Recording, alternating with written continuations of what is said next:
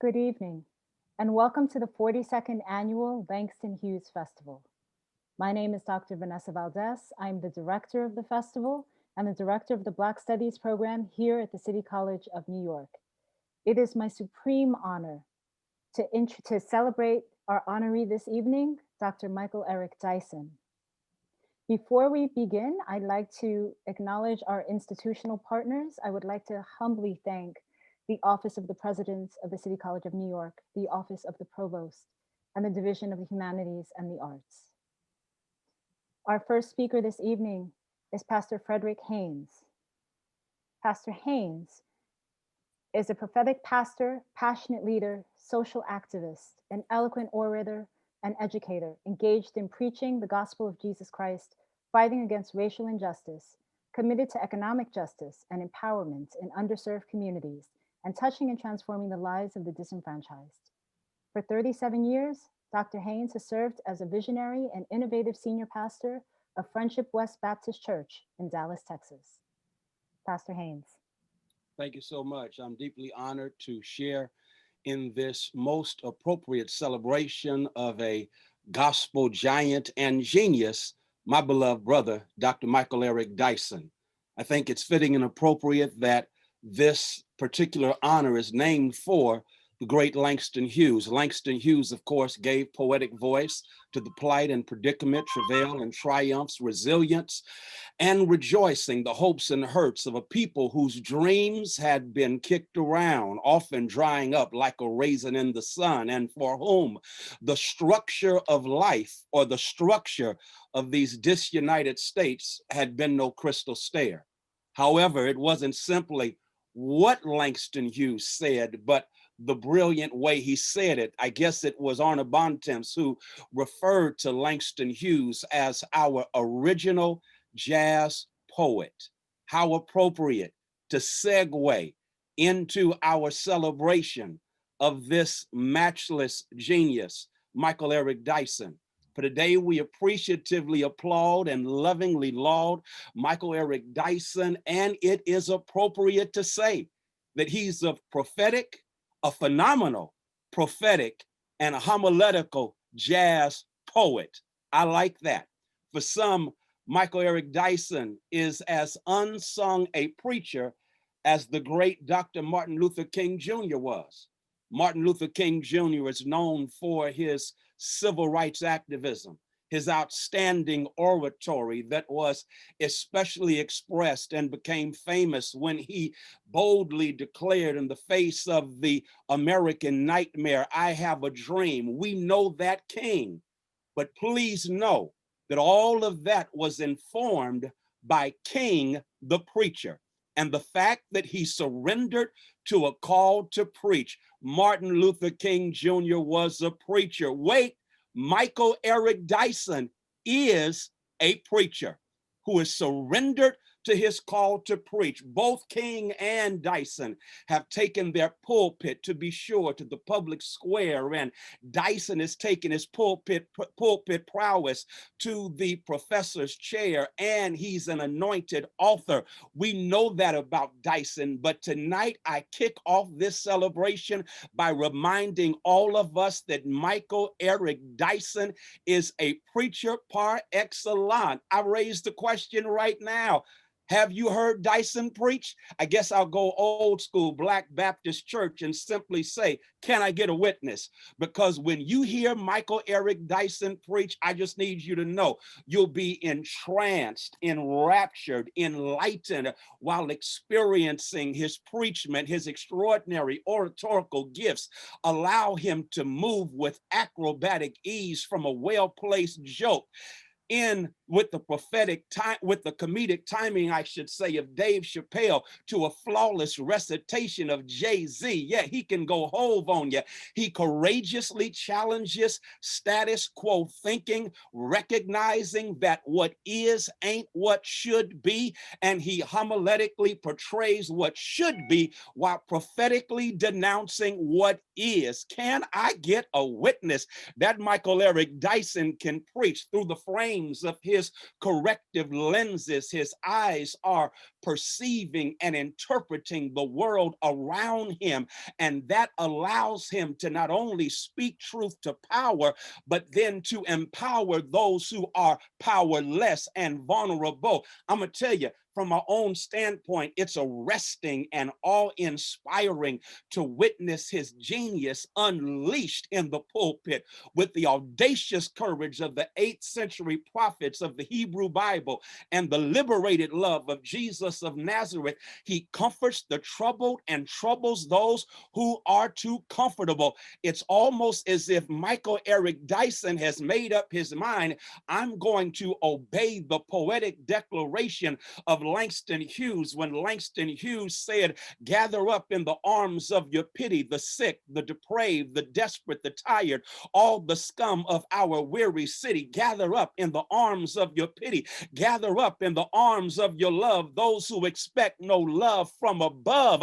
That's what Dyson does when he preaches. He reaches those who expect no love from above. That's what Dyson does when he utilizes his hermeneutical insights and it informs his homiletical brilliance, and he stands as a pulpit prince, having been influenced by the likes of Prathia Hall, Charles G. Adams, his beloved pastor, Frederick George Sampson. Dyson does all of that, weaves it together, ensuring that those who expect no love from above feel the love. He does that as he speaks the language that can be received both in the corporate suites and the pavement of the hood streets. Dyson does all of that. And so Dyson does for me what Henry Mitchell says in his wonderful book, Black Church Beginnings, when Henry Mitchell says, in essence, that Dyson reaches into his redemptive roots as a preacher. It's in his DNA, because according to Henry Mitchell, Black preachers during enslavement transformed their pulpits into platforms for abolition. I love that, because that's exactly what Dyson is doing today. What Black preachers did back then, Dyson is doing today. Black preachers connected, here it is, the spiritual connection with their parishioners, with the social reality that they were dealing with outside of that sanctuary. Dyson does that when he preaches even right now. Dyson says, I'm standing for the abolition of toxic masculinity. I'm standing for the abolition of sexism and racism. I'm standing for the abolition of homophobia. And he dares to do it in Black churches, which in too many instances have been harboring that it's harbored homophobia. So Dyson does that because he believes strongly that the pulpit should be transformed into a platform for the abolition of anything that stands against our great and good God. One parishioner heard Dyson, and after hearing Dyson, experienced an aha moment. And when he experienced that aha moment, he came down the aisle, joined church at Friendship West Baptist Church here in Dallas. And this is his testimony. I give it to you, and I'm just about done. He said, Pastor Michael Eric Dyson lifted my spirit, warmed my heart, changed my mind, and got me off of my behind in one sermon. He said, Pastor, I saw heaven taking over the hell I'm catching here on earth, and I knew I needed the God that Michael Eric Dyson is preaching about. I'm simply trying to let y'all know Michael Eric Dyson is a preacher. Can I get a witness? I guess the best way for y'all to introduce me next time is to do it like this. I want to be like Mike. Shall we pray? God, how we thank you and praise you for loving us enough on this planet to gift us with the gospel genius and pulpit prowess and prophetic audacity and courage of Michael Eric Dyson. Thank you for this institution, understanding not only his greatness, but the need to put him in the tradition, the literary tradition of Langston Hughes, and bestow upon him this honor that is so deserving.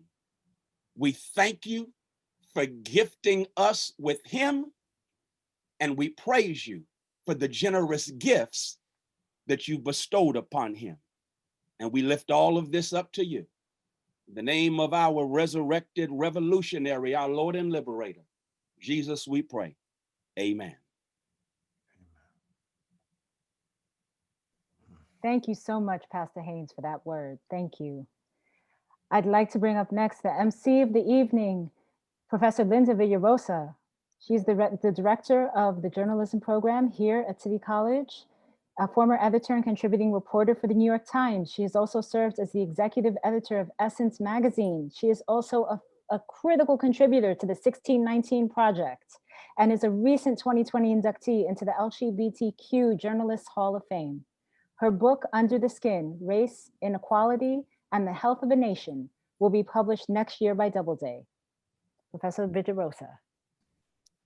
Thank you, Vanessa, and good to see you in the Zoom room. Thank you, everyone. Welcome, Pastor Haynes. Wow, you also are a Prince of the Pulpit. That was a wonderful introduction. So good to see everyone. Well, I can't see you, but so good to be here and to once again celebrate a writer, a scholar, a thinker in the name of Langston Hughes. And I think this is the part where I'm supposed to say, oh, it's so bad that we're in the Zoom and we can't be in person and experience everything. But even though we've celebrated some really wonderful people over the last few years, Zadie Smith, the late Ntozake Shange, Hilton Isles, Jacqueline Woodson, and last year, Rita Dove, we've also had to deal with some really bad weather. And so, mid-November is kind of a hard month to have this ceremony. And there's something to be said, especially on a rainy night tonight, that we're here in our own living rooms or wherever you are, curled up, maybe with a glass of wine, which you couldn't have at City College Auditorium, to really enjoy ourselves. This is still wonderful and intimate as we celebrate the life and work of Michael Eric Dyson. So let's get this evening started. I'd like to introduce first the president of our college, Dr. Vincent Boudreau, who most of us just call Vince. He's the president of City College, which he's been since 2017. He has led us with courage and grace and strength through some very difficult times and shown up like tonight in important moments. He knows the right thing to say, and which has been a godsend to us during the current pandemic. Vince is the founding dean of the Colin Powell School of Civic and Global Leadership, which is a crown jewel in the City College, hemisphere. He's a scholar and a researcher specializing in the politics of social movements. Please welcome Vince Boudreau.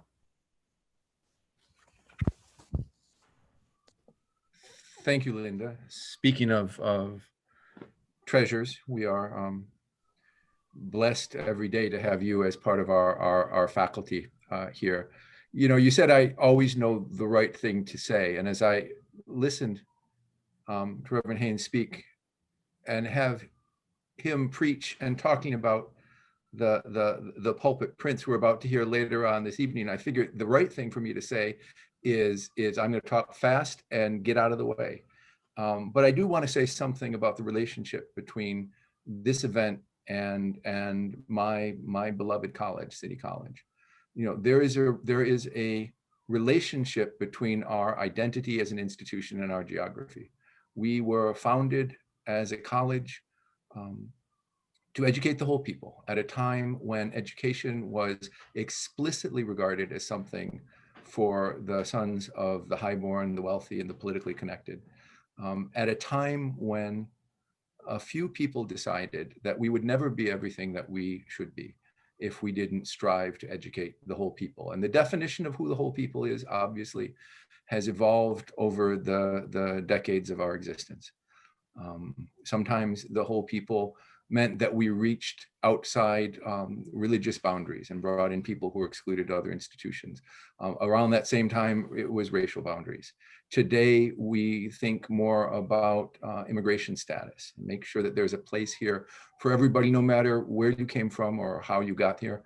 And increasingly, the question reverts to economic status at a time when education is becoming a luxury item for few. We try every day to make sure that CCNY is available for everyone. And in doing that, the things that we celebrate and the questions that our attention is drawn to tend to be the celebration of, the analysis of, the dismantling of things that constitute barriers to our full realization as a democratic, just society. Today, what I was particularly drawn to in what I just heard is this is an act tonight of positioning the work of Michael Eric Dyson in the great tradition at City College of the Langston Hughes Festival. You can peruse the 40-odd years of this festival and find not just a who's who in African and African-American letters, but going back to the early days, it feels like the time of legends, the time of James Baldwin and Maya Angelou and all the greats. And today, in bestowing this honor on Michael Eric Dyson, we are saying you belong in this tradition. And it is the work of this institution in Harlem, dedicated to the insights, the prospects, the future, the potential of the whole people, that in this festival every year sets out to establish that lineage between the legendary greats in word and letters in African and African-American literature, and the people who are speaking, writing, preaching today. So I'm thrilled that we're having this event. It was preceded earlier today, I should say, by a symposium that was spectacular, absolutely spectacular. And in this day of Zoom events, one of the great advantages we have is with a click of a button, you can record that. And so it is available. And if you were doing something else today between 12:30 and 2:30 in the afternoon, I would encourage you to go find that recording and listen to it as a backdrop for what you're about to hear tonight. Together, these two parts of the Langston Hughes Festival are really, they constitute a sort of inseparable continuity between the analysis of the work of Michael Eric Dyson and what we're about to embark on, which is a enthusiastic, inspired, full-throated celebration of the man and his work. So welcome to my college. Welcome to the Langston Hughes Festival. I am now officially getting out of the way. Thank you, Vince. Thank you so much for those remarks. Tony Liss is the provost of City College. Though he is a scientist by training, internationally known as a physicist, he also has his foot and his heart in the humanities and arts. And in this festival and in this moment, please welcome Dr. Liss to share remarks. Linda, I do indeed have my heart in this festival and in the humanities and the arts. I want to also thank Vanessa and everybody who helped put this festival together. It's really one of the centerpieces of our intellectual life on the City College campus. It's what makes being at a college and a university such a rewarding thing. And as the president said, Michael Eric Dyson joins a list that's really a veritable who's who of Black writers and intellectuals, from James Baldwin to Rita Dove and everybody in between. And we couldn't be happier to have him on campus. I came to City College. I grew up in New York, and then I spent a long time at the University of Illinois, and then I came back to City College back to the city in 2013. And when I came to the college, one of the things that really drew me here was the college's mission of serving underrepresented and underserved populations. And I expected that I was going to come to a place where, that was post-racial and post racial strife and everything. And I was surprised when I got here to see that race and racism and the issues around that were part of the everyday discussion. And this is a good thing. And I thought about why that wasn't the case, at least for me at Illinois. And I realized something that's fairly obvious, which is that as a white person, you can live in a world where that's not part of your experience every day. And you can live in a world where you think we're beyond all of that, at least before 2016. I think nobody who's paying any attention can be misled now. But so I think it's really crucial for people like me to be able to read and to hear from Black intellectuals like Michael Eric Dyson. It's not enough to support diversity and inclusion intellectually, to speak the words, but we have to actually try to understand and to work. It's constantly working to really understand what the experience is that somebody else is going through. You can't fully understand somebody else's experience. It's a constant work to learn and to hear and to listen. And so the work of people like Michael Eric Dyson is so crucially important in that realm, in teaching people what the experience is like. And I know that this is something that he thinks about, because this book, A Sermon to White America, is exactly aimed at that lesson that people need to hear and to learn. And Professor Valdés, I know that we had community reads, and I came to the first one unprepared, and I hadn't done the reading. I want you to know that I've now done the reading. I'm prepared, and I caught up with the class work. I really want to thank Vanessa for those community reads. I thought they were wonderful. The whole concept was great. I want to thank Dr. Dyson for his incredible generosity at showing up at one of those reads and engaging in conversation with us. There is nobody quite like Michael Eric Dyson, and there's nothing quite like reading his books as trying to understand the life of people of color, and in particular, Black Americans. And, this afternoon's ceremony was just an amazing, moving tributes to Dr. Dyson and what he had meant for his students and his mentees. And, so many of them thanked him for creating a space for Black intellectuals. And I want to thank Dr. Dyson for creating a space for white people to learn and understand the Black experience in the US and Black artists and intellectuals. So with that, I think you didn't come to hear from me. We all want to hear from Dr. Dyson himself. I want to thank him for coming and for spending time with us today, and for the words he spoke this afternoon and what we're going to hear. And I invite you all to enjoy the evening. So thank you. Thank you, Tony. Eric Koch is the Dean of our Department of Humanities and Arts. That's the home of both Black Studies and the Langston Hughes Festival and Symposium.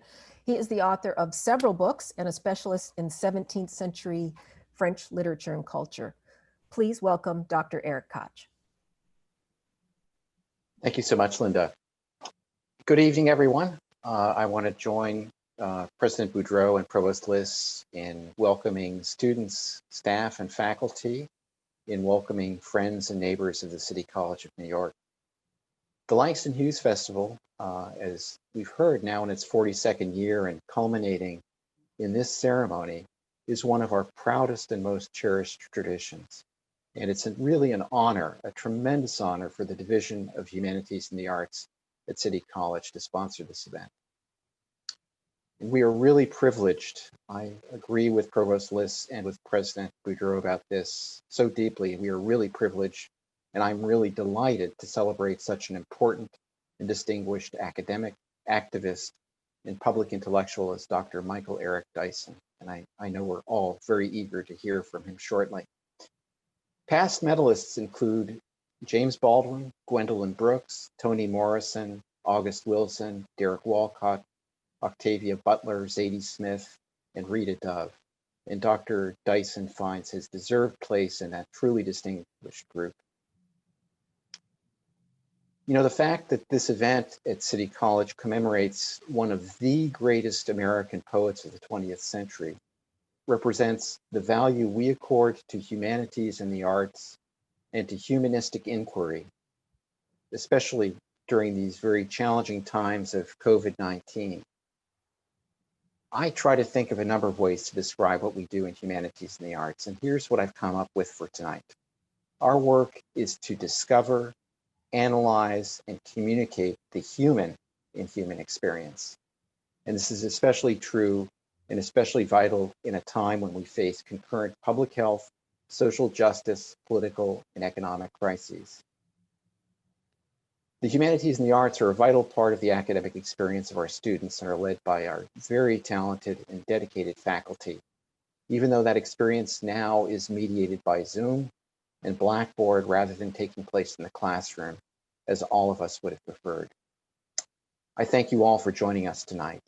And before I leave my Zoom square, I wanted to invite you to join me in recognizing and thanking a colleague whose tireless efforts have made the evening possible. Thank you, Professor Vanessa Valdés, Director of the Black Studies Program, who, with great alacrity, has taken the leadership role again this year.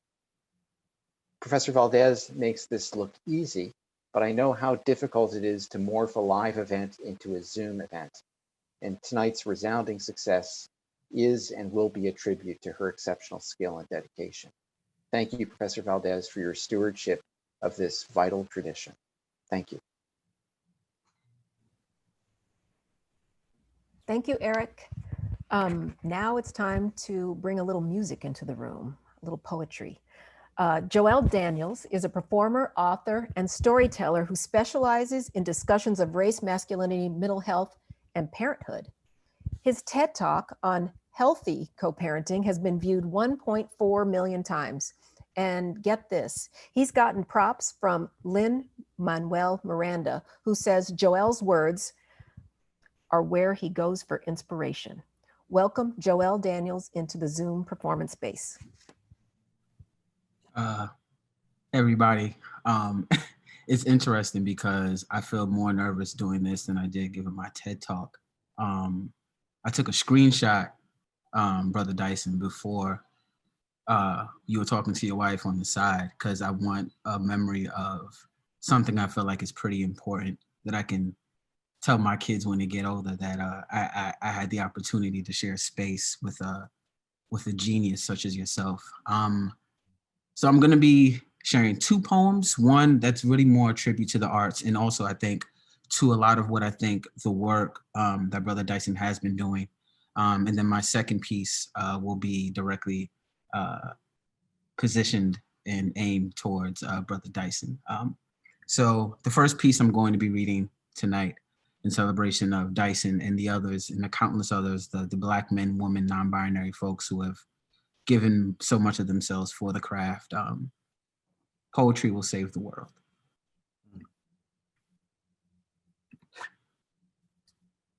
Everything in the world feels like it is burning.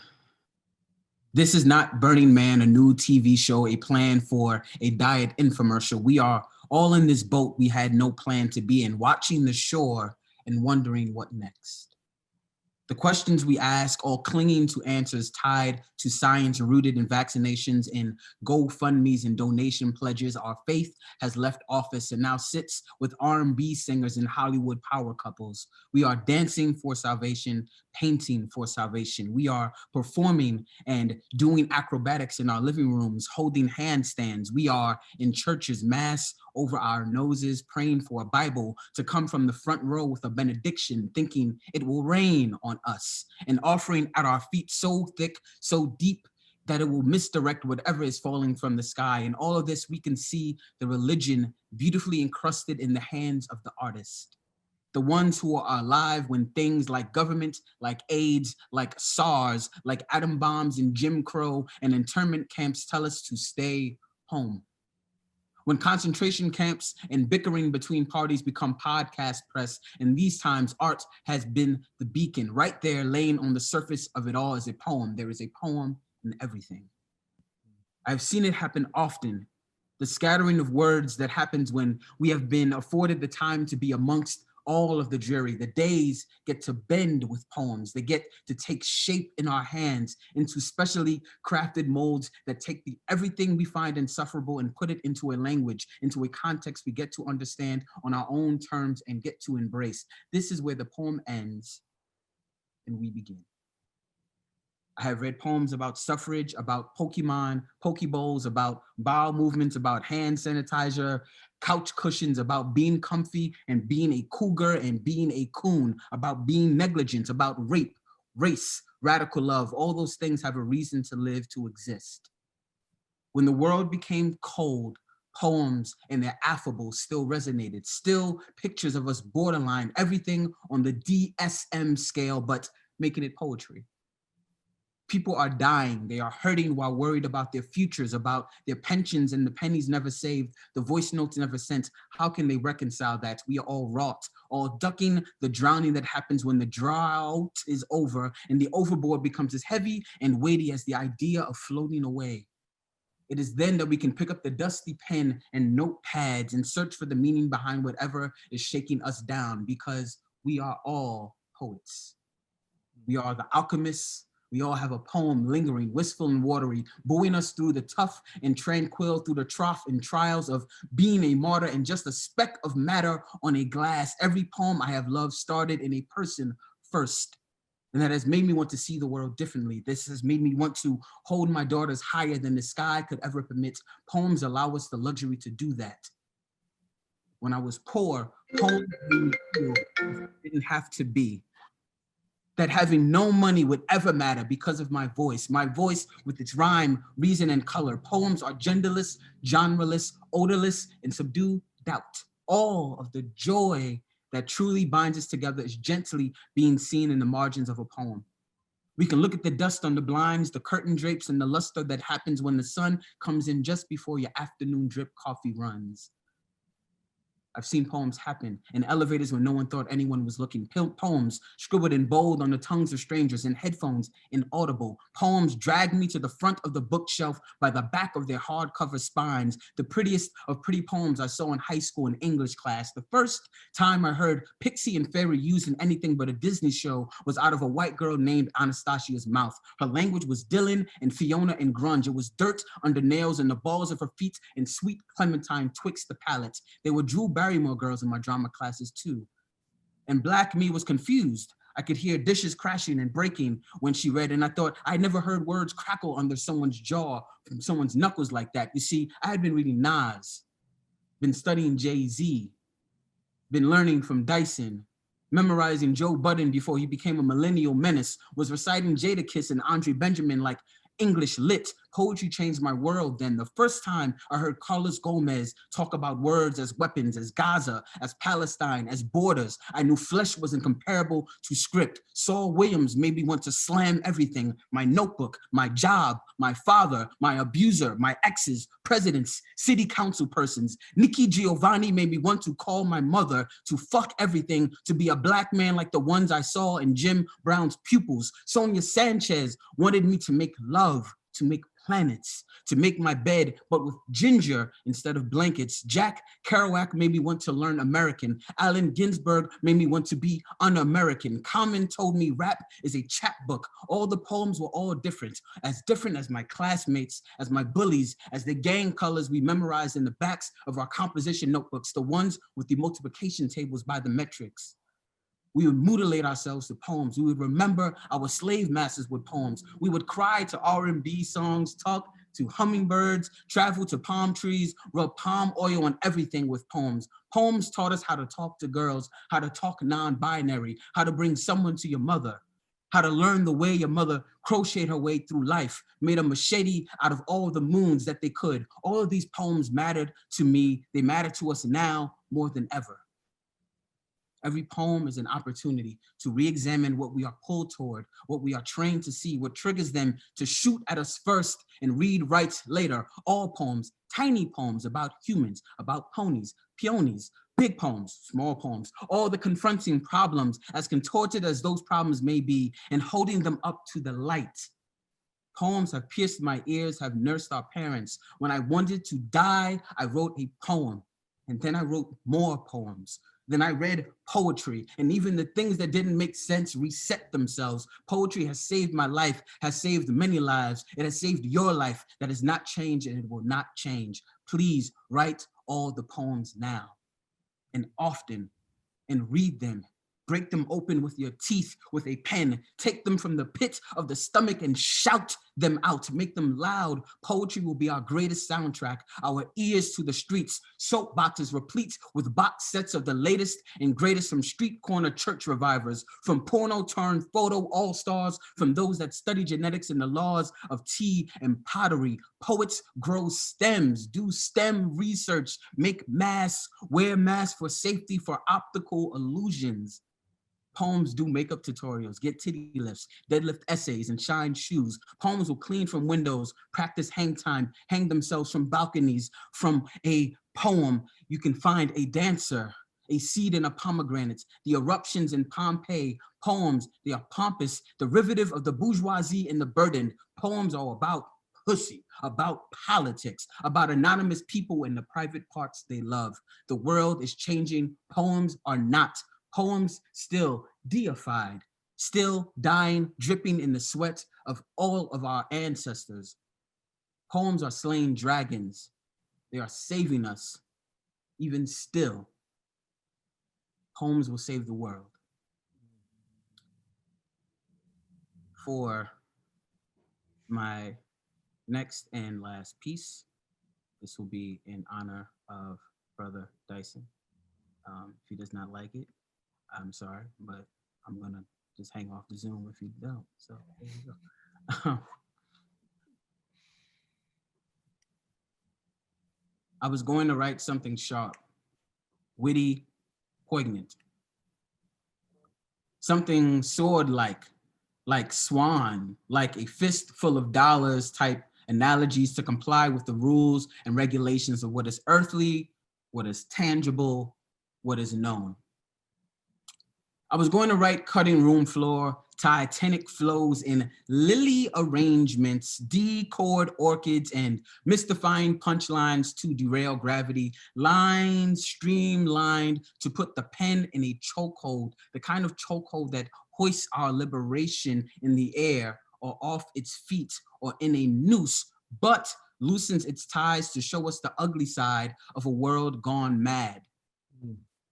I was going to place emphasis on every third letter and insert symbolic gestures in each hyphen, each abbreviation, a Sputnik in orbit, dangling in a sentence, me quantifying, quantum physicking my way out of a slur, out of a slum, out of a lump sum game, gains of postures for posterity, and the purpose of it all, behind it all, was to talk to God about a God.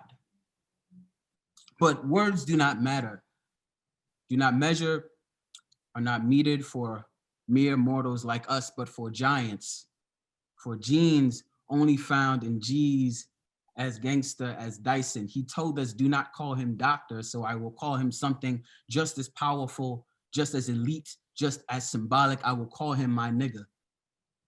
They call him an academic, but he is more than that. He is a pound. He is a handshake. My nigga is D-Town's finest, a legend in the scribed sheets and schooled streets, scholar, saint, sinner, savior, son of sharecroppers. Niggas like Dyson, niggas like us, we like dice where we are from, like the swing of deliverance and the swig of our drinks. In the swift way, things become the best way to think our ways out of lecture halls and out of the mouths of babes of Babylon, of babbling brooks and the books we read that will reel ourselves from fish out of the Moses hands. Niggas like Dyson work for the people in the state with the funny shaped names and the linear notes of clouds, wearing masks and loud crowds playing fight the power, largely for the noise it scares out of us. Gods like Dyson run knowing they can jump knowing they will not fail because they know how far and how high heaven is for the lot of us.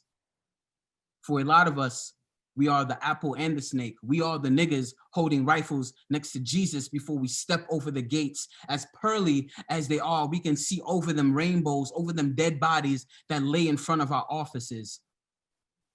See, niggas like Dyson, they don't die, they decipher. We together dig our boots into ciphers, into holy text, dismantling tech nines and 9-inch nails. We are the niggas they build monuments for. Dyson is a nigga, a proud nigga, a stand-up nigga, a monument and a forest they type, the type they make movies out of. And when our mamas die and make their round trip to the sky, they come back as a flyer version of Ella Baker, and become the bricks flying through Stonewall and the charred remains of the convenience store where they only followed the Black people. Dyson is that nigga. We are the niggas that are going to change the world. We are doing it now. We have done it already. I mean, look at the spaceships in our eyes, the crown of thorns, the crowd of comet constellations gathering around our solar plexus. Look in our mouths and count all the heavens you see, all the moons you know. Do the math, my nigga, quickly enough, and you will see those thunderstorms. Yeah, we got God bodies everywhere. Everything you love, trust me, he probably made that too. Just me and my niggas who are no longer deferring dreams. We are the glory, the renaissance, the remnants of the chitlin circuit of chickens coming home to roost. Niggas voting out Trump, being scholars and rappers and scientists and mathematicians, raising babies, raising hell, raising the sun, raising the next Trayvon, the next Abrams, the next Dyson, the Nexus, the Nebulous, the Nimbus, the notes in the Nelville Brothers notation. A preacher. He is a Black poem. He is a poet. He is our apocalypse. He is the maker of ministry for all. And maybe one day, all of us, one of us, maybe one day can be that. Peace, love, and salutations to Dr. Michael Eric Dyson. Wow, thank you. Thank you, Joelle. I know you were nervous, but you could not tell. Thank you for coming into this room, bringing your whole self for us and for our honoree, who I'm going to introduce now. Reverend Dr. Michael Eric Dyson is a writer, a scholar, a preacher, and a media personality. You can go to his bio for all the details. On that bio, which is very long because he's just that accomplished, you will see a number of prominent universities like Princeton, where he earned his PhD in religion, and also the schools where he's taught: Brown, Columbia, Penn, Georgetown, and presently Vanderbilt, where he is a distinguished professor of African American diaspora studies and distinguished professor of ethics and society. That's 2 different departments, yes. Many of us know Michael best through his books. Again, you can see the details in his bio, but trust, he's written more than 20 of them. Writing books is hard, and many of his are bestsellers. They help us understand the Black experience in America in a way that's both whip smart and down to earth. Michael's comfortable writing about everyone from Martin Luther King Jr. and Malcolm X to Tupac and Jay-Z. He helps us understand their place in this country called America, and by association, where we fit. His cultural criticism is like a breath of fresh air, fresh, brilliant air, about the unfinished conversation about race, the Black middle class, gangster rap, Black women, the hell and high water that was Katrina, and the meaning of Barack Obama's presidency. Michael Eric Dyson's public self is crucial and urgent, speaking for us, to us, and with us. We get to see him on CNN and MSNBC, and sometimes even on Fox News. And because he's not just Dr. Dyson, but Reverend Dr. Dyson, some of us have been fortunate enough to hear him preach at some of the biggest churches and the most revered pulpits, because he's the prince of the pulpits, as we know. Finally, Michael Eric Dyson shows up for others, not just in print, but in person. He has pulled younger scholars into his spotlight with grace and humility. At this afternoon's symposium, some of his mentees, and these are people with PhDs after their names, were brought to tears, speaking directly to him.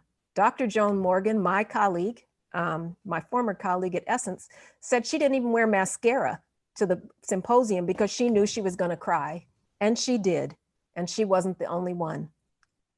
Michael Eric Dyson has brought the idea of lifting as you climb to life. He has opened his heart, his soul, his Rolodex to make way for a new generation of scholars who are brilliant and wonderful, but were sometimes struggling, navigating spaces where they worried they wouldn't fit in. These scholars, their voices now loud and proud, have followed in his very large footsteps, and as they put it, are now honorary members of the Dyson School of Generosity, lifting as they climb. Here's what's not in that long bio you can read later. Michael Eric Dyson brings deep empathy to everything he does, whether preaching, teaching, or writing a sermon to white America or grappling with the words of Bill Cosby. What was clear this afternoon in that Zoom room of grateful Black scholars who were singing his praises through tears is that Michael is simply driven by real, revolutionary, crushing love. Please welcome Reverend Dr. Michael Eric Dyson. Wow, I'm so honored to be here.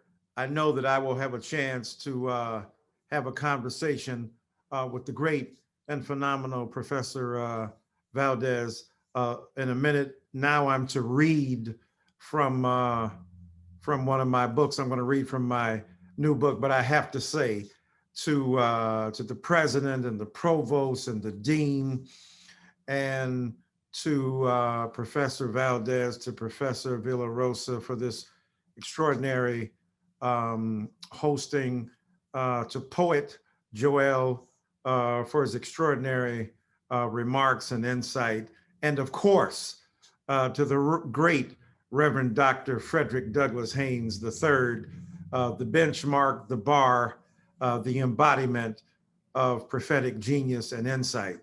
And so I'm honored to be here tonight. There are many of my colleagues across the way who are watching. The great Dr. Farah Jasmine Griffin at Columbia University is out there. The great Susan Taylor, the former editor-in-chief and editorial director of Essence, and now the founder and head spirit of National Care's mentoring, trying to lift young people from what the great poet Bunyan called the slough of despond. And she is there, our friends Vanessa Moore Thomas, a brilliant and gifted young intellectual and friend to our family is there. And of course, the Reverend Marcia Dyson, from whom you will hear later. If you don't have any other reason to stick around to hear the passion, the poetry, and the profundity of that great woman. Tonight, I want to read for you, and the great Tanya McKinnon, my literary editor, behind these books that I've been able to read from tonight, this book, a great intellectual, a great thinker, and a bon vivant. And it's so wonderful to have her here. I want to read from, and Keffer Burns, the great poet, I got to shout him out too. I want to read from my new book, Long Time Coming, Reckoning with Race in America. Just a couple of minutes here. This is a letter to Emmett Till. And The book is a series of letters to fallen martyrs, and I wanted to address them in their historical context, but also in this present moment. And again, because of the graciousness of everybody who's already spoken, the wonder of being featured in the same colloquy of voices as Rita Dove and Toni Morrison and Ralph Ellison and James Baldwin is an extraordinary, extraordinary honor that if anyone were to say I don't deserve, I would echo them immediately, but I'm entirely grateful for the honor. My dear Emmett, all of this and so much more came flashing back to us when we witnessed Ahmaud Arbery running for his life on a street in his hometown in Georgia, where he had every right to be. Emmett, let me ask our white brothers and sisters some questions. Can't you see that the notion that he didn't belong there, that his Black body was out of place and therefore out of options, and then finally out of luck, is just one of so many troubling things? It makes us feel the anatomy of our nothingness, our bodies squeezed into formlessness and invisibility beneath the pressure of a whiteness that wills our inexorable non-being. Can you imagine what we feel when we see this man being hunted like an animal? When we see him literally running for his life? That he was suspected of being a thug because he looked at an unfinished home shows how things that white folk take for granted get Black lives taken. It is just fine for white folk to take a peek, but Black curiosity is criminal. When one of Ahmaud's killers places a 911 call about a Black male, the dispatcher asks the caller what he is doing. The answer is remarkable for its sublime ordinariness. He is running down the street. That's it. But that doesn't stop the caller from fabricating a looming menace. His voice seems to betray puzzlement as to why the white female dispatcher doesn't immediately understand, or at least acknowledge, the code in which he is speaking, a code indicating that a Black man breathing, alive, running, is on the loose, and the threat has to be contained or eliminated right now. The macabre prospect of heaping suspicion on Ahmaud's lean and muscular chocolate frame for no other reason than that it existed is no less the stuff of horror for its indecent normalcy. Without cause, Ahmaud is deemed worthy of pursuit by a murderous father and son tag team who fetch their guns and jump in a white truck to hunt him down. You see, Ahmaud had offended a law of white racist physics. A Black body and a white body cannot exist in the same space and time without white permission. That permission is premised on a hidden dimension of the violent compact of white supremacy. Black bodies that violate the rules of play automatically revert back to the conventions of slavery and the protocol of the plantation. The owner can do whatever he wishes with his property. Black bodies in white space are subject to the denial of rights, the suspension of mobility, and at the discretion of their owner, the cessation of life.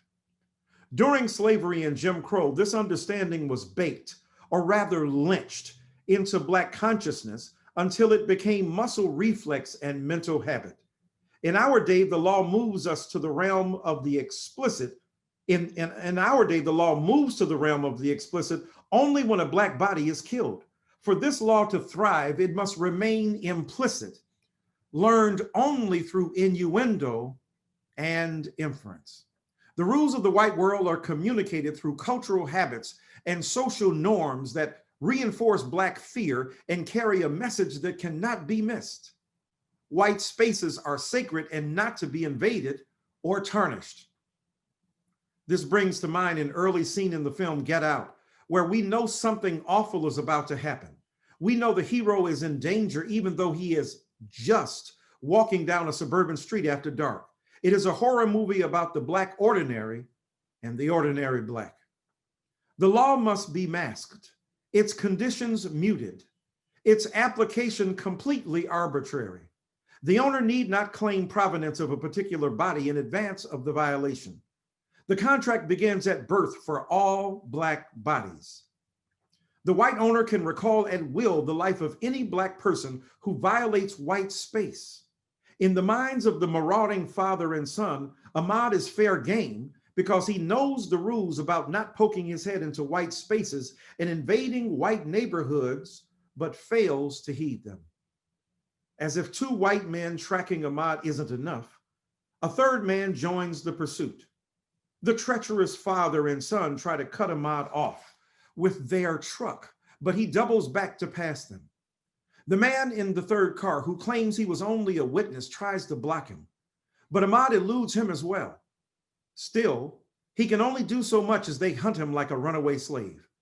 The father climbs atop the bed of the truck with a .357 Magnum in hand. Ahmad runs away from the witness and back toward the hateful father and son. The witness is recording the frightening 4-minute pursuit. Ahmad is largely seen from a foreboding distance. My dear Emmett, you know a bit about such situations, since you may have realized right before your murder that you were in serious trouble. But I ask white folk, can you imagine what Ahmad experienced as he ran and ran and ran? Can you get inside his body and mind for a moment? Feel his heartbeat thumping in his chest. Imagine his fear and the adrenaline fueling his desperate attempt at escape. Run with him. Feel his sinews stretching, his body's equilibrium adjusting to the profoundly unsettling pursuit, his DNA violently transferred as his bodily composition will soon spill all over his killer's shirt, his blood testifying and splatters to the violent character of his death. Imagine as he is running what is running through his mind. He can feel the effect of the reversion to the rule of slavery and the law of Jim Crow in his body and in the air.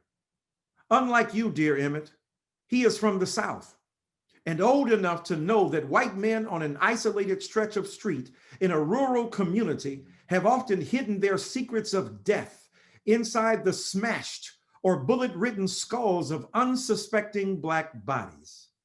Unlike you, dear Emmett, he is old enough to know that white men full of hate can justify their murder of Black bodies by claiming they were afraid for their lives. He is old enough to know that the laws were created for white men to stand their ground and bury Black bodies beneath it. He is old enough to feel the history of Black flight from white resentment course through his body. He is old enough to recall stories he heard, stories he was told, all a jumble, a blinding blur, since his breathing is now faster and shallower, his lungs beginning to hurt, his legs getting heavier beneath him, his arms flailing against the air as he wishes he could swipe away time and space to escape his pursuer's demonic persistence. He is old enough to know that this won't end well, not without a fight. But as always, it is never a fair fight. It is always cowardly white men insisting on their superiority, who fall back on their weapons, their ropes, or their tracks, or their trucks in pursuit of the Black body. The Black body that in the not too distant past, white men yearn to swing from a tree. Imagine all the pent-up rage that resided in the hollowed out minds of those bigots that day. Imagine Ahmad being caught amid whispering trees and the secrets they shed as he tears by in desperate flight. His breaths are shorter and shorter as he gasps for air. His feet are tired, but he keeps running. He doesn't fold. No doubt they envy his ability to escape as they hunt him. They feel the thrill of the chase, hunting a Black man like they were hunting for that evening's dinner.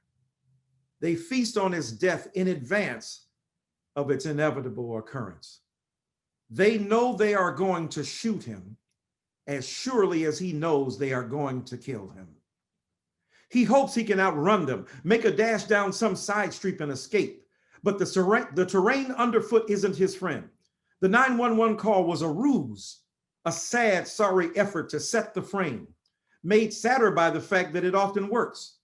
Not long after the call, the shotgun sounds. The pellets penetrate Ahmad's body. And then quickly, with fatal repetition, 2 more shots ring out. We see all of this because the witness is recording a video with his phone. Right before his fatal injuries, we see Ahmaud try to escape by running toward his witness, but he is forced back toward the father and son. The father yells, presumably, for Ahmaud to stop, calling his son's name as his son takes his first shot at close range, which hits Ahmaud in the chest, injuring his right lung, ribs, and sternum. Still, Ahmaud bravely fights the son off.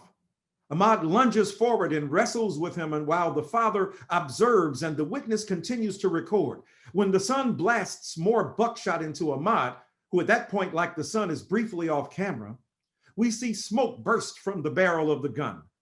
The father has dropped his cell phone by then. Ahmaud is bleeding and throws another punch. The son fires a final shot, striking Ahmaud in his upper left chest. The son walks away in defiant triumph, holding his gun as the father gets off the truck, clutching his weapon. He rolls Ahmaud over, supposedly to see if he has a weapon. Of course he doesn't. But in the father and son's twisted logic, Ahmaud's blackness is a weapon for the possession of which he must die. The police arrived a few seconds after Ahmaud fell, as he lay bleeding out. The witness later claimed that in the short interval before the cops showed up, the son pronounced a racist benediction over his quick work of Black Death. Fucking nigger.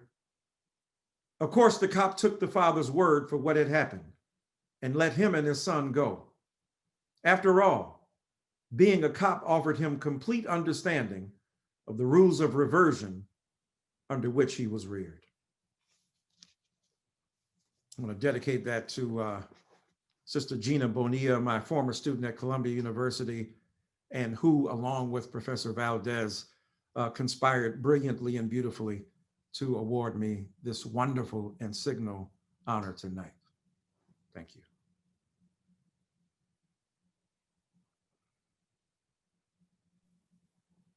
Thank you. Thank you so much. My intention for this conversation is that it is a conversation rather than me just throwing questions at you and then not connecting them. So I want to state that to begin with. I also want to thank Joelle Daniels for his beautiful, moving poetry. For those of you who are on Twitter right now, of course you follow Michael E. Dyson on Twitter, but please go follow Joelle, AKA Maji, because he does that every single day, multiple times a day. You read just now from Long Time Coming, where you write letters to Elijah McClain, Emmett Till, Eric Garner, Breonna Taylor, Hadia Pendleton, Sandra Bland, and Reverend Clementa Pinckney. And, you know, for me, this is in keeping with a Black diasporic tradition of not only saying their names, but of giving light to those who have gone, of like shedding light to our ancestors. I wanted to ask you if you could talk a little bit about writing this book and honoring these men and women who have passed. Yes, no, that's such a great point.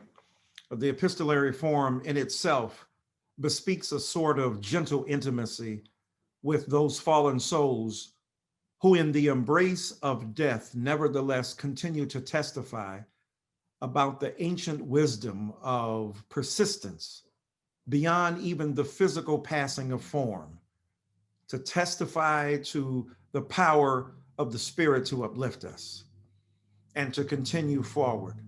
And so, though they didn't have the pulpit of a Reverend Dr. Freddie Haynes with his prophetic genius, they do testify in their own pulpits of a sort, a sepulcher turned into a podium, a death turned into life. And I wanted to honor and recognize them, and not simply those figures, Reverend Clementa Pinckney, who might have been before death the best known of all of them, but these souls were made famous because they rendered sacrifice in their bodies for our destiny. Very few of them, if any, chose a line of work, a profession, a vocation that demanded of them such a sacrifice, with the exception perhaps of the Reverend Clemente Pinckney, who in accepting his gospel assignment knew potentially that his life might be sacrificed in deference to principles of justice, freedom, and democracy. But none of them really believed that living their lives would cause them, would summons them to surrender their physical being for a moral, metaphysical, spiritual purpose. And so I wanted to honor that sacrifice, how ordinary Black people were made extraordinary because they gave their last breath, some of them on camera, some of them with us witnessing what they did and how they surrendered their lives. George Floyd in particular, Eric Garner in particular, and understanding how in the sacrifice of their lives, in the last moments of their lives, these films that capture them become in essence, the pornography of Black death. These films are snuff films of the ending and cessation of their life by the brutal hand of white supremacy, by the ignominious indictment of mere Black existence for no other reason than it is. And so I wanted to honor them, to celebrate them, but also to commune with them and to have them speak to me as I spoke to them, and then us together to speak to a nation, to a globe, hungry for details, but most especially for direction on the route of destiny toward a higher purpose. Thank you for that. You know, we are coming off a summer of reckoning, right? Of public reckoning in this country. Mm-hmm. And the comparison you just made of, you know, a pornography of Black death, of snuff films, you know, recalls a sad and tragic tradition in this country of lynching photographs, right? Like, in which we know that Black death became spectacle that was shared amongst white folks, right? We know that lynchings were occasions where people would come together often, right? Parents would bring their children to watch this. And so it does say something about this country that in this incarnation, we still see this. I wanted to ask you about a part of the foreword that you wrote to Robin DiAngelo's White Fragility, which for many people, that was one title among many that was shared this summer in terms of, you know, for our white colleagues, please read this. But in that book, you write, "We cannot possibly name the nemeses of democracy or truth or justice or equality if we cannot name the identities to which they have been attached. For most of our history, straight white men have been involved in a witness protection program that guards their identities and absolves them of their crimes while offering them a future free of past encumbrances and sins." I wanted to ask you, in another writing about President Obama, you wrote about not a post-racial future, but a post-racist future. Could you talk to us about a little bit about what you meant by that, post-racist, and of course, anti-racist within there? Right. No, and given the agglomeration of readings from which you've extracted some excerpts, let me say that right, because Susan Taylor's listening. She says, don't say excerpt, excerpt. Okay, but the point there in those readings, the Beyonce and Kaiser Soze foreword for White Fragility, that, you know, extract, if you will, an excerpt from the Obama book, and then earlier, you know, the reality is, in terms of this witness protection program, we're seeing it now in terms of, you know, the mythology of a post-racial society. We thought that when Obama was elected, some of us, American citizens, believed we're done, we're finished, right? Reminds me of that scene in The Godfather. Kate, that way is done, it's finished. So, you know, it's as if when Obama was elected, Michael Corleone is suggesting that the old way of doing things is being washed away, and now we're ushering in a new society. Now, most of us who were wise, everybody can't be Professor Vanessa Valdés, who writes brilliantly about, the figures who constitute American, and especially African American and Black American and Latinx Black American society, with Schomburg and the brilliance of her diasporic insight. Everybody ain't got that. So they thought, oh, it's going to be great. It's going to be fine. We're finally done with race, Jiminy Cricket. It's going to be wonderful. Let's all watch Disney movies and Doris Day. And I love Doris Day. Que sera, sera. Whatever will be, will be. The future's not here to see. Que sera, sera. Beautiful. I love her. That's from Jimmy Stewart and Doris Day, by the way. And how ironic that that movie takes place aback the ominous tones of the man who knew too much, right? And Jimmy Stewart, though seeming bumbling in many of his characteristics, the backdrop was some ominous stuff going on in America. In the same way, ominous stuff going on while Barack Obama is being celebrated in a post-racial future, the omen of Donald Trump is taking shape. The lethal persistence of white supremacy is taking shape. The rise, the recrudescence, the resurgence of white nationalism is taking shape around the Black body of Barack Obama. Those thin shoulders upon which rested the future of America, the character of the country revealed in his tone, in his identity, in his belief. And for the first time, a man of color became the vox populi, so to speak, of the will of the people, if the vote registers their conscience and consciousness and will. And Barack Obama became the avatar of American aspiration and the embodiment of the metaphysics of American citizenship. But dadgummit, Mitch McConnell was riding shotgun with that white supremacy. He said he wanted to make him a one-term president. He did not make that come true, but he conspired with a man named Donald Trump in spirit, even before he did it literally, by denying Obama, with 10 months left, his choice of a nomination to the Supreme Court of Merrick Garland, right? By saying, no, the will of the people must be sought first. Let the new president determine who that will be, Mr. McConnell said, Senator McConnell. And then this go round pushed Amy Coney Barrett in, a right-wing, highly conservative, racially problematic, we tend to believe because it's wrapped in the body of an attractive, highly cerebral, acutely intelligent, rhetorically sophisticated on the jurisprudential rationality tip.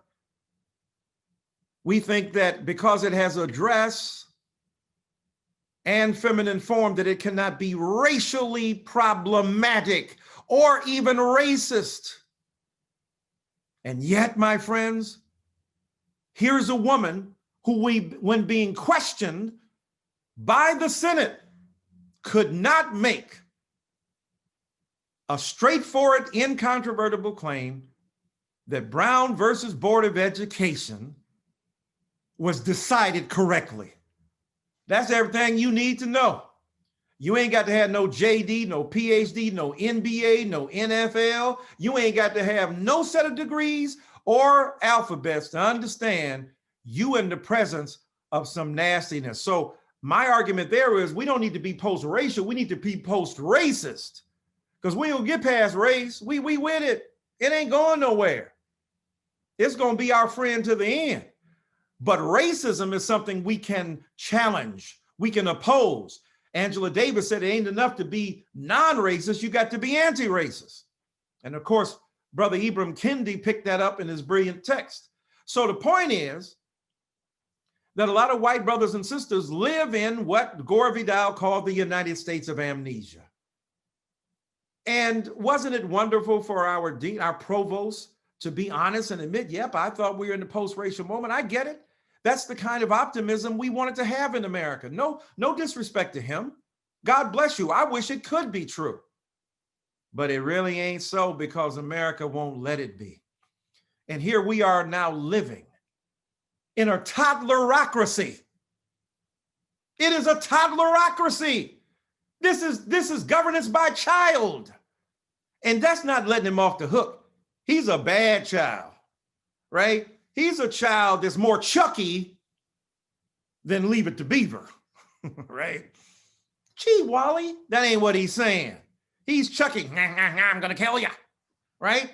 This is the horror film made real in the pugnacious pigment of a profoundly unproductive president in terms of justice, but supremely productive in terms of reproducing the pathology of a white supremacist discursive formation, discourse, rhetoric, hatefulness of blackness, brownness, redness, yellowness in this country, indigenous people, all to the side.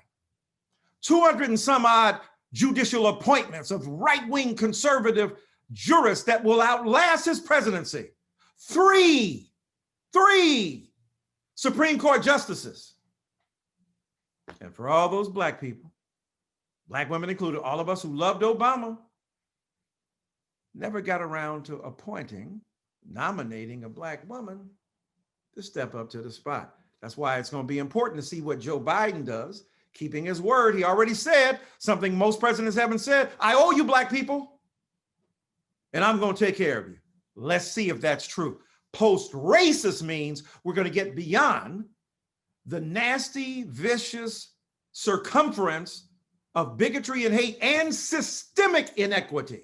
It ain't just how you feel about me. Anti-racism is about the practice in practicable terms, in fundamentally concrete political terms, of the practice of doing something deep and profound in a system. Every word that ends in system, you ought to pay attention to for systemic racism. Public school system, criminal justice system, healthcare system. Every word that ends with system has the ability to perpetuate a legacy of inequity. So when I talked about the difference between post-racial and post-racist, that's what I'm talking about. If we read the upcoming book of Barack Obama, even the president of the United States, who was the first black man to occupy that space, I think is getting that message as well.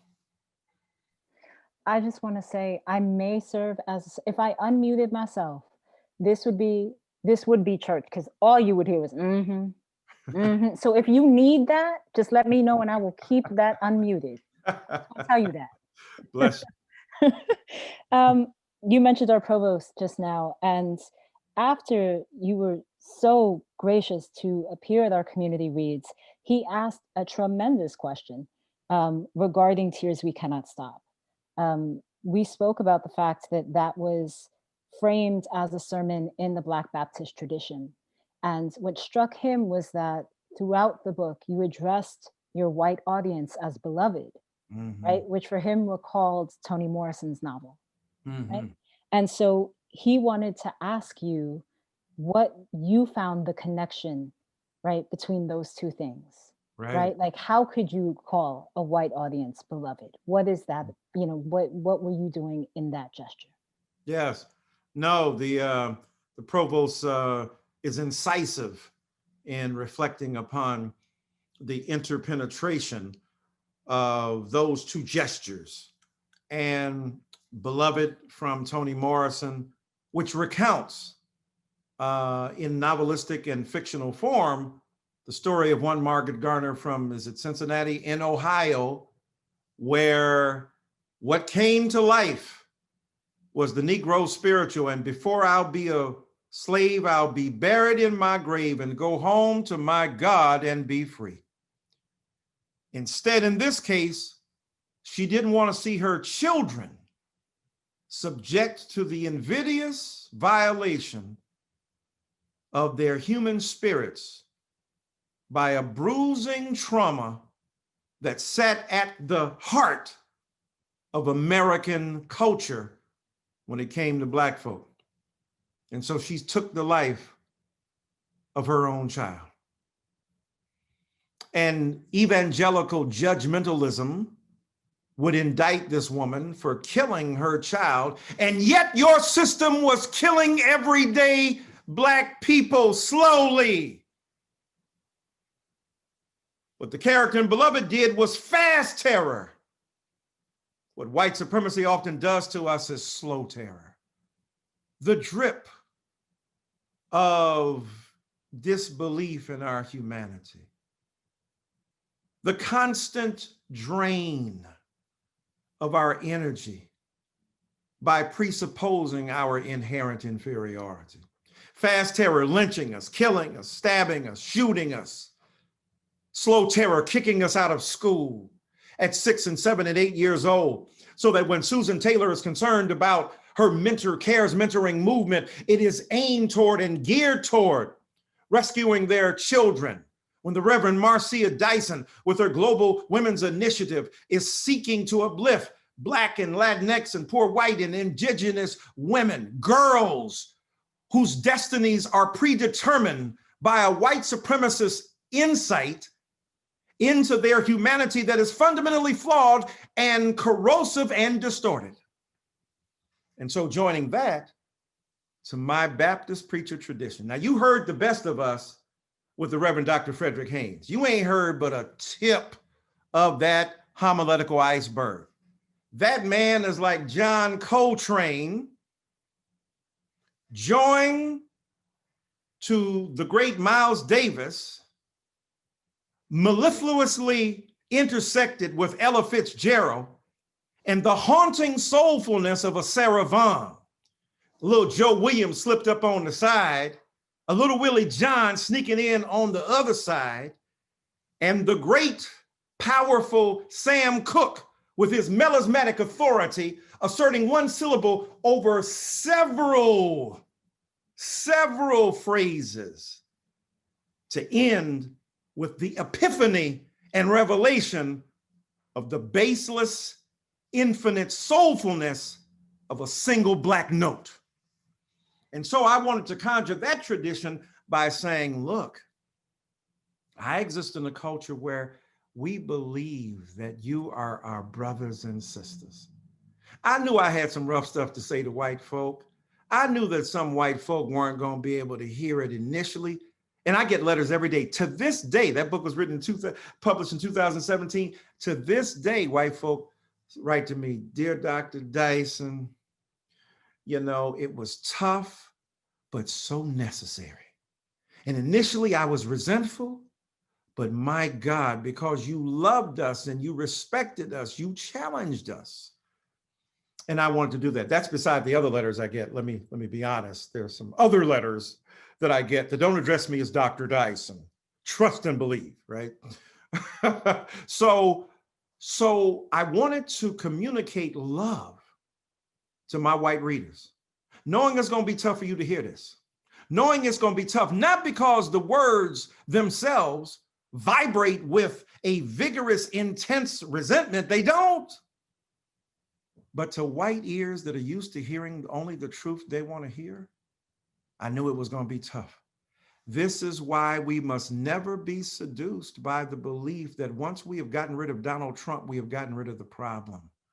In one sense, as horrible as he is, it was better to have him around to remind us that this is a deeply entrenched reality that demands the complicity of white brothers and sisters who never think of themselves as ill-mannered as he is. It's not a matter of ill manners. Oh, he does say some things that are problematic. It's not his tone. It's not his approach alone.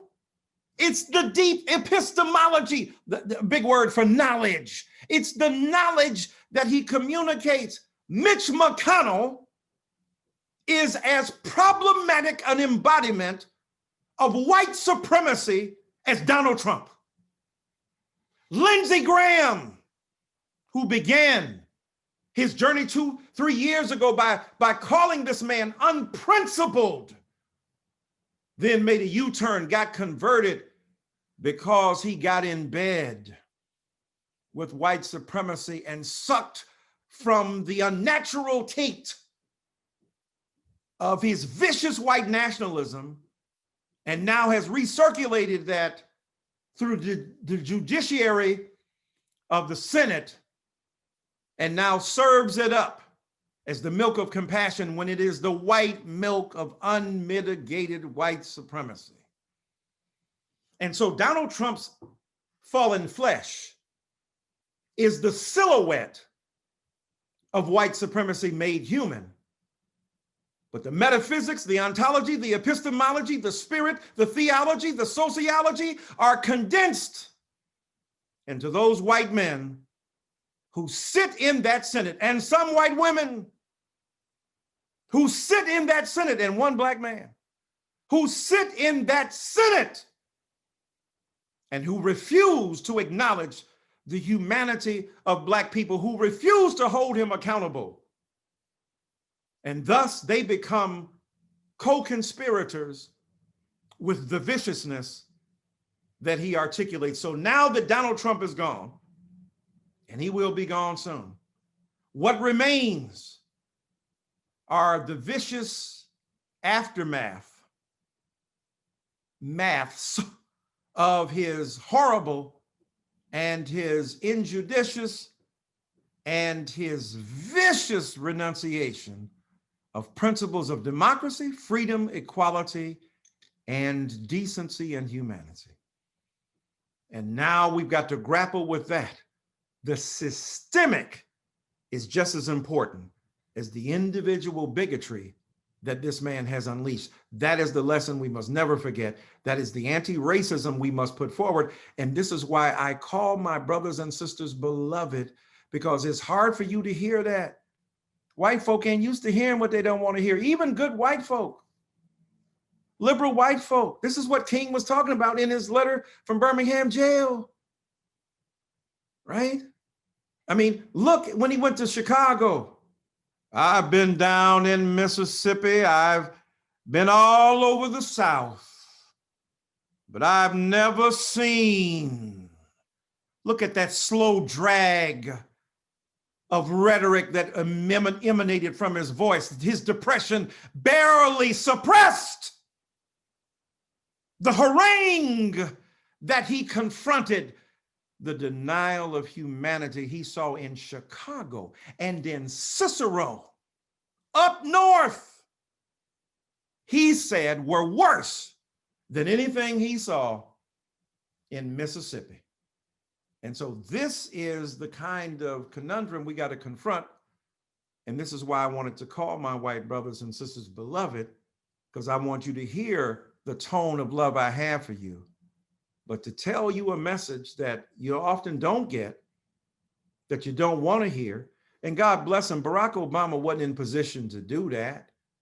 He could have told him more truth. Let me just be real. I'm pushing him a little bit. But he was the president of America. I get that. So they thought, well, we heard Barack Obama. He said it was all right, or he didn't say it was a problem. And that's the problem when you reduce things to the one black soul syndrome, the one black person in the room. Don't just take Dyson's word. Listen to Valdés, listen to Bonilla, listen to Moore Thomas, listen to Dyson, Marcia, listen to Susan Taylor, listen to Haynes, listen to a whole range of voices, a colloquy of voices, the great cloud of witnesses. Don't ever just have one black friend. And so the problem is that many white brothers and sisters are reinforced in their commitment to a certain liberal aesthetic protocol and etiquette that is sometimes trampled upon by the unmitigated truth from a particular black quarter without filter. And I knew they would hear it that way. And so I wanted to remind them of how much love I have for them. Thank you for that. I want to just say, if you missed our symposium earlier today where Dr. Tracy Sharpley Whiting spoke about a conversation that you have on her podcast regarding this current president, this outgoing president, and his relationship to white supremacy, please know that we will be posting both our symposium and this current ceremony on the Langston Hughes Festival YouTube page within the next coming days. One of the questions that we got in our Q&A, in the Q&A in our earlier symposium was actually from your agent, Tanya McKinnon. And I'm going to pivot a little bit here and talk about love and talk about generosity. Okay. Your generosity. She asked, Michael, can you talk concretely about your generosity of spirit and where this approach to intellectual life and living comes from? In an era that rewards narcissism, what does it take to cultivate and sustain a practice of generosity? Well, it's very kind of her, very generous to say that. In the earlier panel was extraordinarily kind to acknowledge that. But for me, it is both personal, it is both collective racial, and it is a gesture of politics. Personal because, you know, when Jesus tells the story, the parable of folk he hooked up and helped out, 9 of them went away and didn't say nothing, and only the 10th one came back and said thank you in gratitude. And so I think generosity is the reflex of gratitude. And if, to put it in contemporary terms, generosity is paying forward the ethic of gratitude for having received unmerited favor from God. And so for me, the ethic of generosity is critical because I've seen so many people who ain't been generous. And let me be even more frank. Another quote from The Godfather. And let me be more frank. Right? Just to show you that it's not an individual thing, right? This is the director who soon will find himself in bed with a horse head bleeding profusely beneath his sheets, Mr. Waltz. But anyway, the reason I try to be so generous is because so many people have been ungenerous to me, right? To be honest, to tell the truth. In my profession, as a professor or a minister, you would think that it is at those moments, right? The nexus of spirit and intellect and community and society that might be the case, but there have been so many instances where that has not been the case. And so I was determined not to be that way. I wanted to encourage young people. I wanted to bring them on, not see them as a threat, see them as a thread, not a threat, a thread stitched into the larger quilt of our destiny. And if I could help start them, inspire them, provide them opportunity, why not? We are all in this together. We will soon be off the scene and others will step forward, and then they will be off the scene and others will step forward. We must commit ourselves to the next generation. And for me, the greatest word in the vocabulary of Black cultural identity is next, right? The next ideal, the next song, the next rhythm, the next emotion. You rip us off on spirituals, we come up with the blues. You rip off the blues, we come up with jazz. You rip off jazz, we come up with R&B. R&B, funk, hip hop. We just keep on inventing. You keep stopping us. You try to stop us in enslavement, we keep going. Then the next thing, you come up with Reconstruction, you snatch it back and you put Jim Crow. We keep going on to the next political formation, the next protest, the next resistance. So next is critical. So we should embrace the next. We should embrace those who are forthcoming. We should embrace those who are constantly seeking an opportunity that those of us who have the platform and podium ought to offer. One of the things I admire about the Reverend Dr. Frederick Douglass Haynes is that he offers his pulpit to younger preachers and prophets coming up and cheers them on and gives them amens. That is so extremely important. When I think about Michael Jordan sharing his knowledge with Kobe Bryant, even though he's his opponent, but he sees him as the extension of that grace, right? Of that tradition, of that trajectory. And so when I think about my own children, Maisha, my daughter, Mawada, my son, and Michael, my youngest, and thinking about how I want others to embrace them, to love them, to be generous toward them. I've poured everything I can into them, but other avenues must be open for them. And I want somebody to do for my children what I do for other people's children. It's a racial, it's a personal, it's a societal, because this is how we as a collective can move forward. And so many people are ungenerous. What does it cost you? If Joe Biden don't teach you nothing else, Joe Biden ought to teach you what God got for you. Can't nobody take from you. It might take you 77 years. You ran for president, then they said you were a plagiarist. Then you ran again. You said, oh, Barack Obama was so soft, so smooth, and so clean, right? so fresh and so clean. And then they rolled you out because of that. You were looked at as a has-been. You were looked at as a person on the side. You ain't got no talent. You're too old. You move too slow. And here you is, the greatest vote getter in the history of the nation. Now, regardless of what your politics are, because the moment Joe Biden gets in, I'm pushing. I want you to listen to AOC. I want you to listen to Ayanna Pressley, Tlaib, Mr. Bowman now, Miss Bush, along with the great Joyce Beatty and the great Maxine Waters. The next, the present, and the past. And so we got to push them. But the reason I worked so hard to get Joe Biden in office is because I understood you can't push Donald Trump, but you can push a Joe Biden.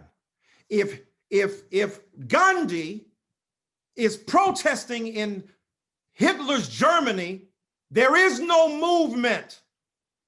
There's an execution and an interment in a concentration camp. But if he's in British culture, even with its colonialism, but the ability to appeal to conscience, it's a movement. And so for me, we must be generous even toward those we oppose. Not gullible, not allowing them to systemically and repeatedly defecate upon us and call it brown sugar, right? Bill Withers, the late great poet, said, I got to take a ton of lies to get an ounce of truth from you. But having said that, the generosity of spirit, this is why I'm against cancel culture. I got to say it, I got an entire chapter in this book, because I think cancel culture is white supremacy by other means. White supremacy wants to cancel, wants to extirpate. Black love wants to transform. Restorative justice means, oh yeah, you jacked up, you messed up, but we're going to call you to account, but we're going to hold you accountable, but we ain't going to dispose of you and we ain't going to get rid of you. Why do I preach so much about it? I'll tell you this and I'll end here. I was picking up the late, great William Augustus Jones. Like Frederick Douglass Haynes, one of the greatest preachers ever. They said he had a voice, what they said about Carlisle Marney, the great Southern preacher. He had a voice like God's, but only deeper. William Augustus Jones, one of the great preachers. When you get up there real close to God, where you can smell the sweet incense burning on the heavenly altar, watch out. He was poetic. When you sit after sundown at supper, wondering who's going to be the big shot in the kingdom of God. And then with the crisis swelling to bewildering proportions, with the shepherd about to be slain and the sheep about to be scattered, with Gethsemane beckoning and Calvary calling. Man, he was dropping verbs and syntax and grammar. And I picked him up in his hotel room. I was a young preacher, 21 years old. And he said, young man, it is easier to damn people to the heap pile of humanity than it is to get in there with them to help him clean it up. And he said, the older I get, the more I preach about grace. Maybe he said that is because I need more of it. I know I need more grace. I know where I done messed up. I know the intersection of fate and destiny where I dropped a load that I shouldn't have. I know where I have been flawed and fallible, but I don't want to be reduced to my sins and my failures. Please, Lord, see beyond me. Please, human beings, see beyond what I failed to do and understand what I intended to do. So for white folk and for black and brown and red and yellow, for indigenous, for all of us, we've got to practice an ethic of love and be generous to each other so that ultimately we can help redeem each other, challenge each other to be our best, and move toward the best destiny that we can conjure together, collectively imagine as a nation. You were talking just now about next, and I want to end with this. On page 116 of Long Time Coming, which is available for pre-order everywhere, December 1, it drops. You write, in the social and political order, the Black next insists on the new, the hopeful, the transformative, often against any possibility of its realization. Thank you, Reverend Dr. Michael Eric Dyson, for showing us that it is possible in all of its realization. Thank you so much. Thank you so much for this. So honored. Linda. Thank you for that conversation. Whoa, I have to recover. That's beautiful. And we are grateful to your brilliant mind and yours too, Vanessa. Thank you, thank you, thank you. The Langston Hughes, this award and festival and everything comes with an actual prize. And so I want to tell you about the medal. Vanessa and I are sad that we can't put that medal around your actual neck, the actual medal around your neck, but just know we're doing it in spirit. But let me tell you about it. The Langston Hughes Medal is awarded to highly distinguished writers from throughout the African American diaspora for their impressive works of poetry, fiction, drama, autobiography, and critical essays that help to celebrate the memory and tradition of Langston Hughes. And Langston Hughes is really special to us because he's a Harlem poet, and that's where our college is located. Each year, the Langston Hughes Festival Advisory Committee reviews the work of major Black writers from Africa to America, whose work is assessed as likely having a lasting impact on world literature. Past award winners, as we've said, include James Baldwin, Toni Morrison, and many others, and last year, Rita Dove. Writers selected for this award received the Langston Hughes Medal. It's very heavy. It hangs around your neck. It's like this major jewelry piece that you can, I'm sure you'll be wearing it in front of your bookcase, your books. And you also get an honorarium and an invitation to, which we're so grateful that you accepted, to this afternoon symposium and this evening's festival. Congratulations, very much congratulations. The evening isn't over because it also comes with a proclamation. So we'd like to introduce someone you know, the Reverend Marcia Dyson, who's the president of your fan club, your sidekick and the keeper of your legacy. She's also an amazing woman and person in her own right, the founder of the Women's Global Institute. Welcome, Marcia Dyson. Thank you very much for having me be part of this great honor, highlighting the literary works of my husband. But before I make the words that are presented on the proclamation that is sort of a surprise to you, Michael, I just want to give my history with you. It is often said that you cannot judge a book by its cover, but what you can judge is the integrity of an author like Michael Eric Dyson by what he writes, not only to educate, but also to eradicate those things in our society which does not properly situate, especially the souls of Black folks. I was there when you wrote your first article, which you turned into a book, The Myth and Meaning of Malcolm X. I remember joyfully, I admit, getting a secondary high when we were in Los Angeles when you were writing, searching for Tupac Shakur.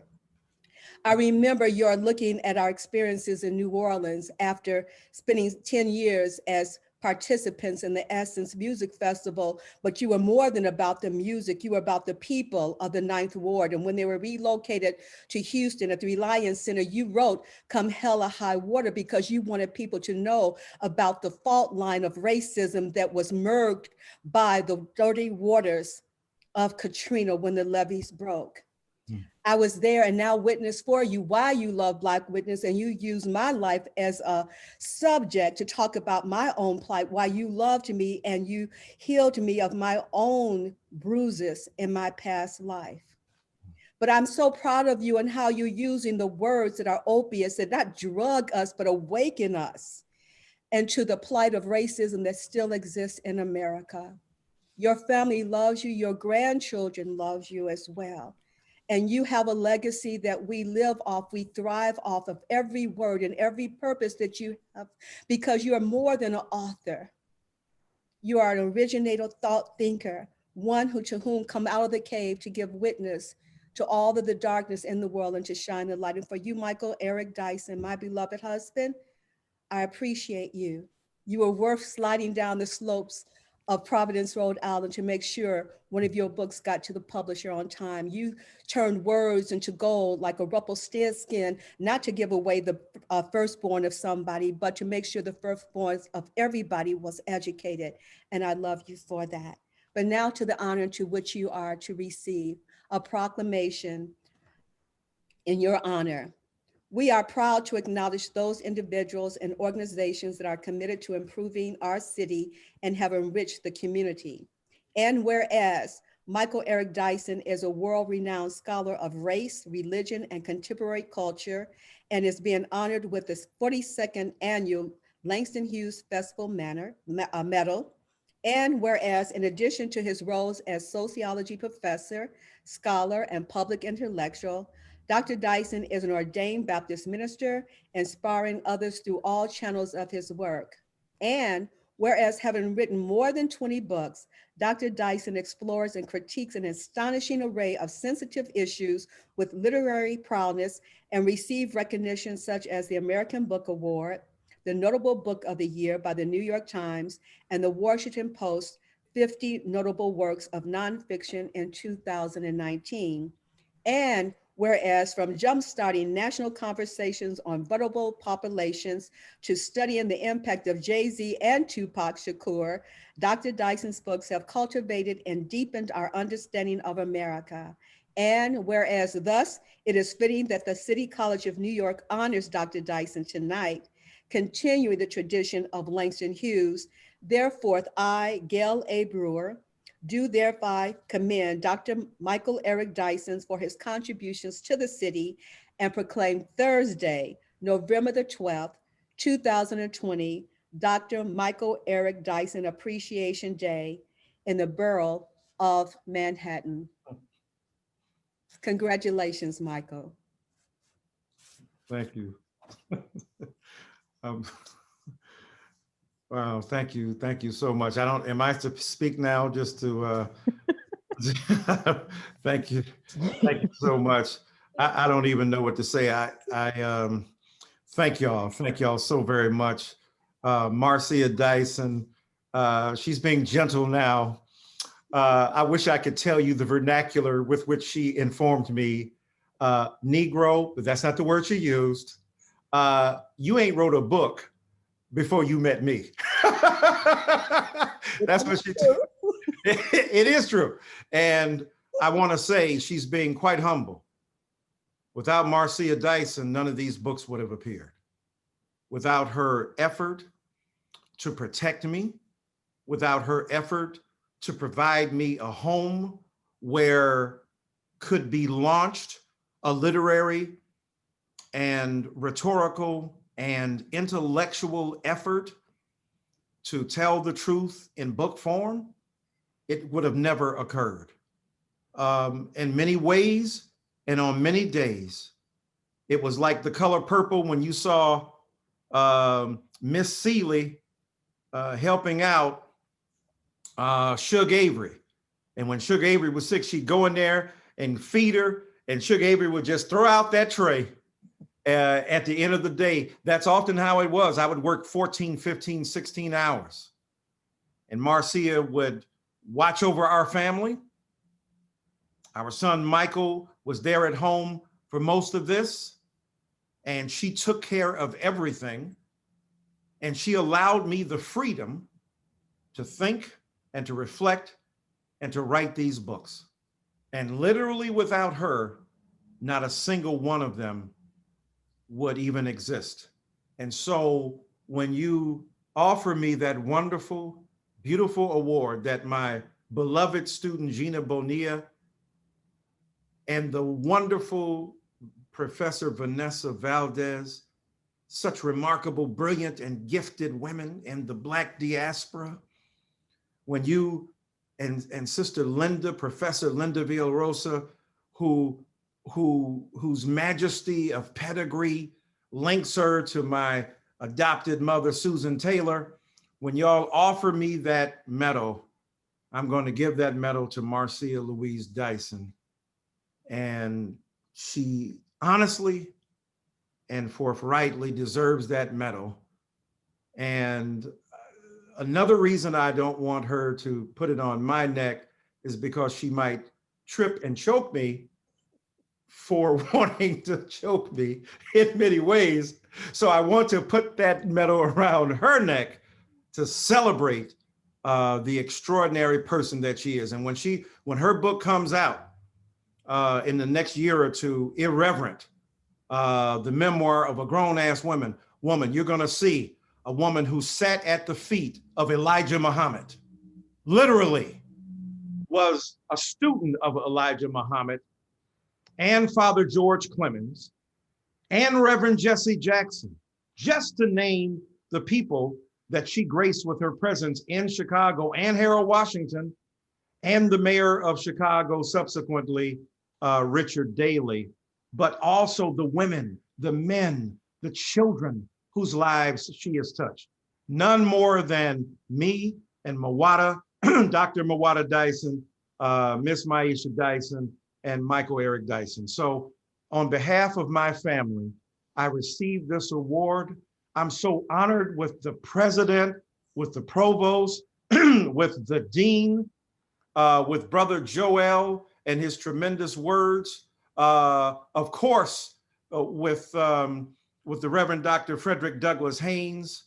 And I hope I'm not forgetting anybody else whose majestic words continue to resonate with us.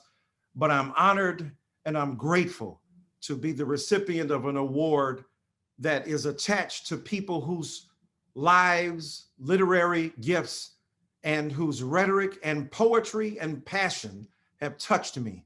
And you do me a great honor of lifting high above my head a crown that I hope one day to justify and to live into. Thank you all so very much.